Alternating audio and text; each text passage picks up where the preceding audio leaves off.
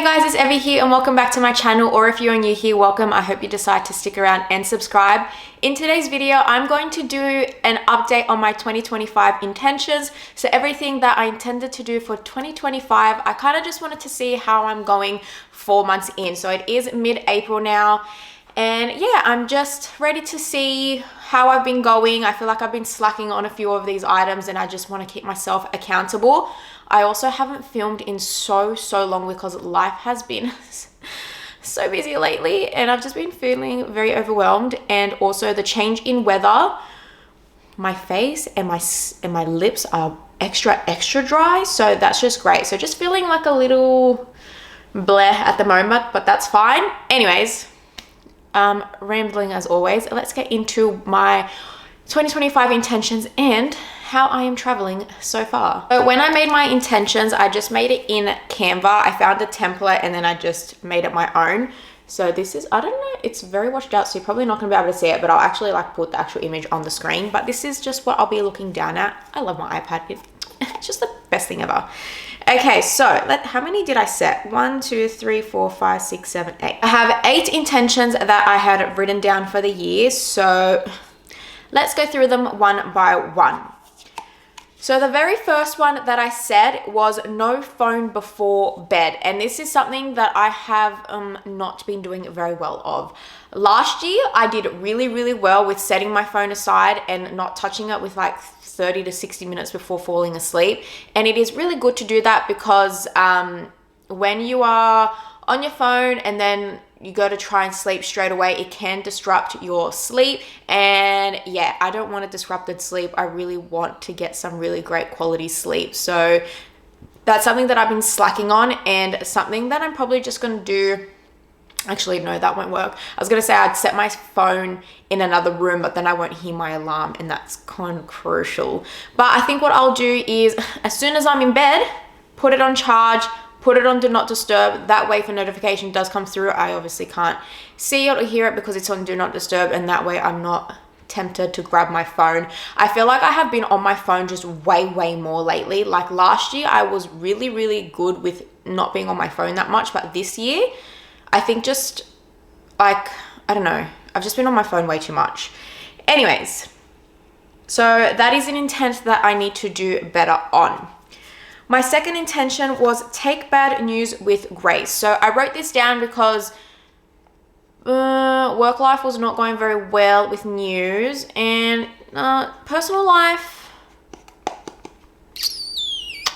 I don't really think there's any like bad news that's come through, but it was mainly because I was just going through a tough time with that. And I think just thinking about, okay, this is the news. How are we going to react from it?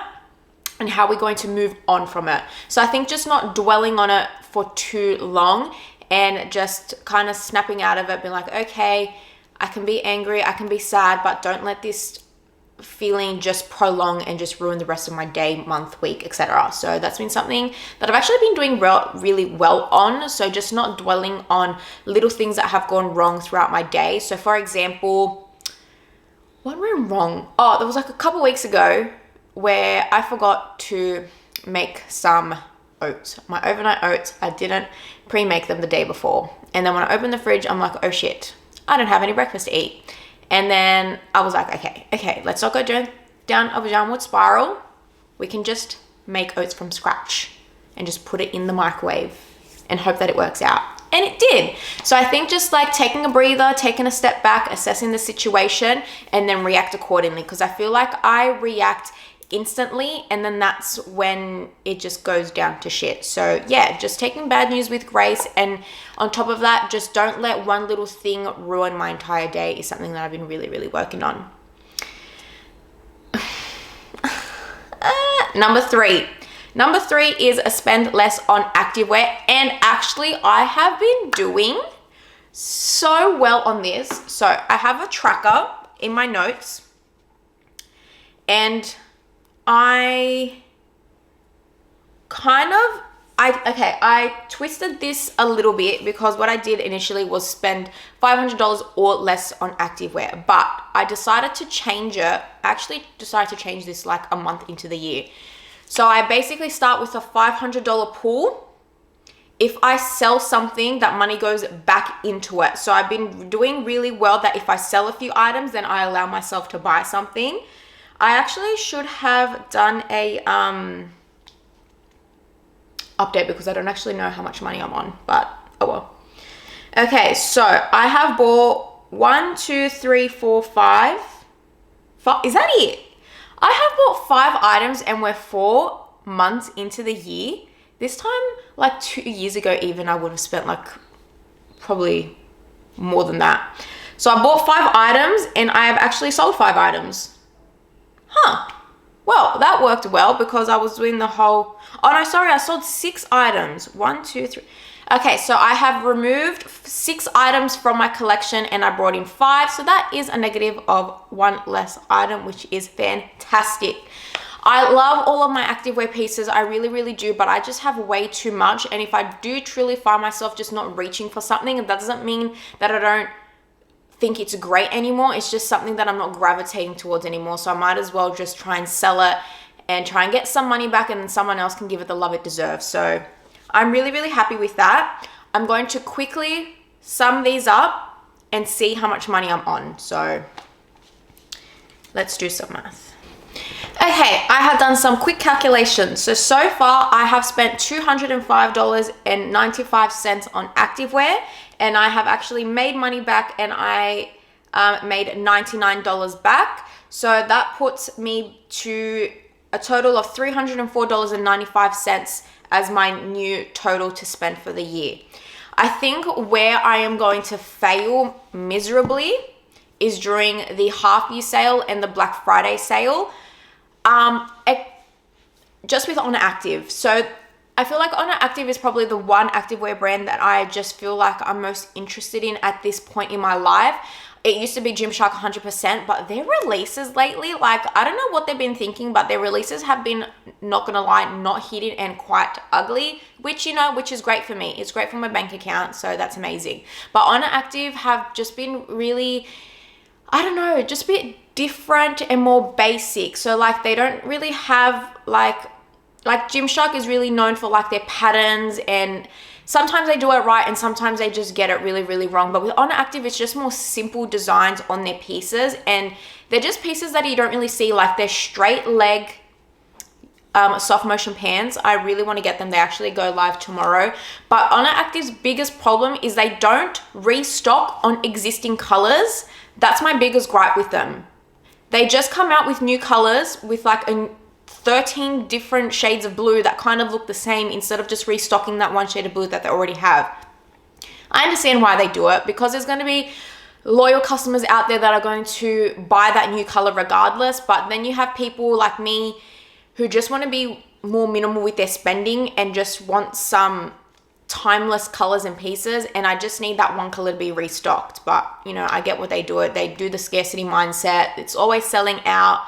So that's just like my biggest issue with them. But their pieces in general, I really, really do love. I feel like their shorts have definitely become more size friendly. Like I've said in the past, how like I just never knew what size to get. Like the size small would fit the same as an extra small. I would line them up and they would look the same with 2 different sizes. But I feel like in the last like 6 to 12 months, they have really cracked down on their sizing, which is amazing because now I know what size to get. So that's great.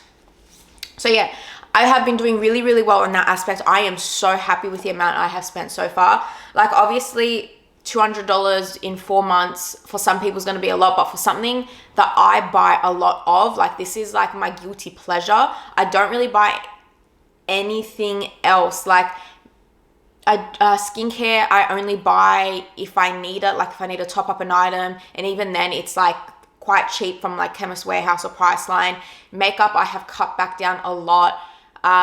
Shoes, I don't buy anymore. I don't buy all these extra stuff that I used to buy, and it's mainly just activewear now. And I really just do, and I did want to just touch on the point of 1 in, 1 out, which I have the evidence here that I have done. So by me tracking it, I'm really happy with my progress so far. So that's a big thumbs up. I have really stuck to that intention really, really well, and I am happy with that. Okay. Number 4 is have fun with movement. Unfortunately, this one I had to put a massive pause on, and that is because I am currently prepping for a bodybuilding competition. I'm going to be competing in the bikini division this year. I'm not in prep at the moment, but I just say prepping because that's what I'm doing. Like, I'm prepping for the show, but I'm in my bulking phase. Anyways, I really can't have fun with movement. I have to do the exercises that are set out by the coach. I have to do the specific days. So I really can't do anything extra. Whereas last year I was having a lot of fun with my movement. I was doing my running, my Pilates, my functional training. I would switch things up. It was a lot of fun, but I'm really happy to be doing this. Like, at first I was like, what have I done? I regret this massively, but I am actually really enjoying the process at the moment. If you asked me 2 months ago, I was like, I want to quit. But now that I'm 4 months in, I am really excited to be competing this year. And yeah, so I really can't have fun with movement, but what I have added is yoga. So I do yoga once a week, and it is the best hour of my entire life. I love it so much. It is so peaceful, it is so calming, and I do it at the end of the day, and it just like de-stresses me so much, and I just leave that session feeling like a brand new person. So that is probably my one movement that I have brought in that I have been really, really enjoying, is my yoga. So yeah, so I really can't do much at the moment other than what I am set out to do. But when I am finished with my competition, I can definitely bring those other aspects back into my life and have fun with movement again. So number 5 is have less than 3 hours of screen time a day. If this was last year's statistics, I would have smashed this out of the park, but this year has not been really great with my screen time, and I'm not really happy about it. I am not happy with my screen time at all.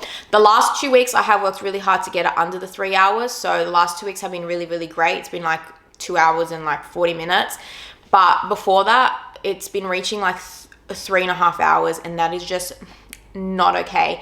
But I have noticed I've been on my phone more for my fitness pal, especially. Like, I am on my phone just constantly tracking my food because I have to, so that just adds an extra few minutes here and there, which really does add up. And I have been working really hard on my content this year, so because that was one of my goals for 2025, to elevate my content, I am on my phone more, so that was a bit understandable, but still I don't have to be on my phone that much. So if I can intend to do what I did the last 2 weeks, keep it under 3 hours, that'd be great.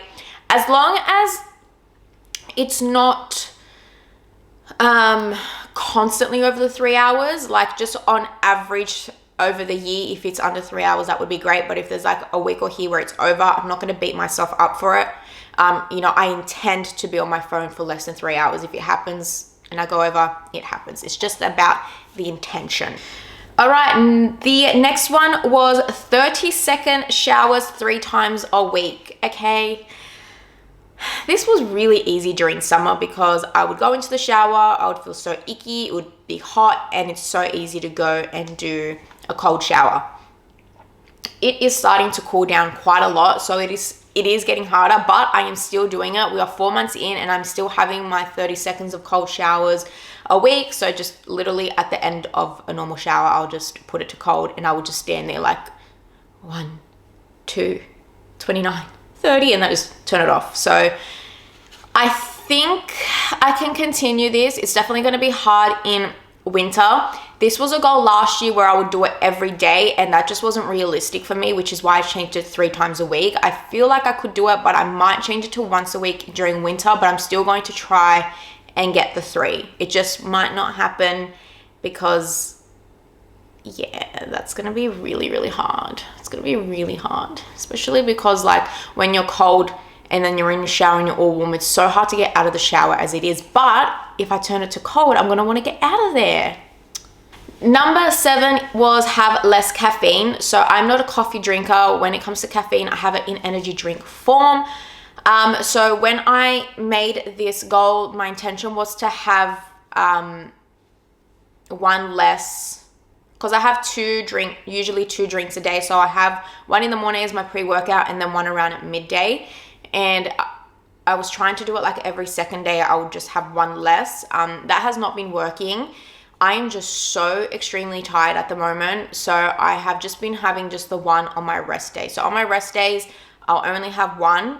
So that's, I would have liked to do one less day. So like 4 days have 2 and then 3 days have 1, but it's become 5 and 2. And I can't, like, even right now, what's the time? It's 10:47 and I'm on Struggle Street right now and I really want to go have one, but I'm going to try and push it a little bit. But yeah, so it's really easy for my rest days, so that's great. But yeah, the other days it's really, really hard, especially because I'm in the office now a couple days a week and I am awake from 5 a.m. on those days to go to the gym and then go into the office. And then even by like 9 a.m. I'm like, my eyes are stinging and I'm struggling to stay awake. So, and that's where the no phone before bed comes in, to get a great quality sleep so we don't feel like that. It's all connected. Okay, and number 8 was to be more social. This was so out of my comfort zone, so out of my comfort zone. I am 100% an introvert, unless I'm on camera, because I'm just talking to myself, so this is really easy for me. But if you see me out and about, I struggle so much to be social. Like, I see people like in the gym with their friends and I'm just like, oh, how do they do it? How do they just strike up a conversation? But I've done it. I've actually stricken up a few conversations in the gym, outside of the gym, and it's out of my comfort zone, but it's kind of gives me that dopamine hit that I need, because like I'm so lonely at home when, you know, Chris is at work and I'm just all alone. Well, I mean, I have my dogs, but you know, they're not humans. They don't talk back to me when I talk to them. So yeah, being more social was a really big one for me, because I just felt like my cup was quite empty in that aspect and I just wanted to fill it up a little bit. If I am too social though, I am extremely drained. So I'm just, you know, finding that balance and having those small conversations throughout the day has really helped my cup fill up a little bit. So I feel like I have been doing really well with that intention. So yeah. Okay, so those are all my intentions and how I feel like I'm going so far. I did also make a 2025 bingo card, and I really just want to quickly share with what I have written down and what I've achieved. So for this, I did make a dessert, which I'm actually making one this afternoon. So I'm really excited to tick that one off. The second one was read 120 books. Obviously, this is for the whole year. So I think I have read 30 books so far. So I feel like I'm on track for that. Number 3 was get a new role or job, which I have achieved. Number 4 was visit a new country, which unfortunately I don't think we are going to be doing this year. So we did have New Zealand on the cards, but we really want to see the F1 races in Japan next year. And because that race is in about April, we don't want to spend money in November to go to New Zealand and then we're then spending money again to go to Japan in April. So if we get tickets for the F1 for that, we will not be visiting a new country this year. But if we don't get tickets, then I will be visiting a new country. But I really want to see the F1 in Japan, so I kind of hope that happens. I really want to reach 2,000 subscribers on here, so I feel like it's not possible. My channel is growing quite slowly, but that's fine. Slow and steady wins the race. Not really, but yeah, I would love to reach 2,000 subscribers. So if you aren't a subscriber yet and you are watching this, I would appreciate it so much if you could subscribe. Get noticed by an activewear brand, like on an active, that would be an absolute goal. And that would just literally be them just liking or commenting on a post. Like, that's what I mean. Having a paid collab would be a dream come true. Compete in a bikini competition. So if I am still motivated and I don't pull out, I'm not pulling out of this. I am 4 months in. We're going to start a cup very, very soon. It's all going to come together and I'm going to step up on that stage. Unless, I don't know. Actually, I'm not going to say it because I'm not going to put it out in the universe. The next one was run 22 kilometers. It was actually meant to be 21 kilometers because that's how a half marathon is. I don't know why I wrote 22, but I have achieved that. January 1st, I ran 25 kilometers. I want to go on a hike. I haven't done that yet. Make a new friend, I have done, which is amazing. Reach 3K on IG. I'm only a couple hundred off, so that's definitely doable. Okay, I want to run 5 kilometers in 25 minutes. I don't know how well I'm going to do in that because I think I got to 27 minutes before I started my bulk. So depending when I compete will depend on how much I can then start running again and then start on my pace again. The spend $500 or less on activewear. Go on a solo date. I have done that. Where did I go? Oh, I went to the beach. I went to the beach on my own. That was great.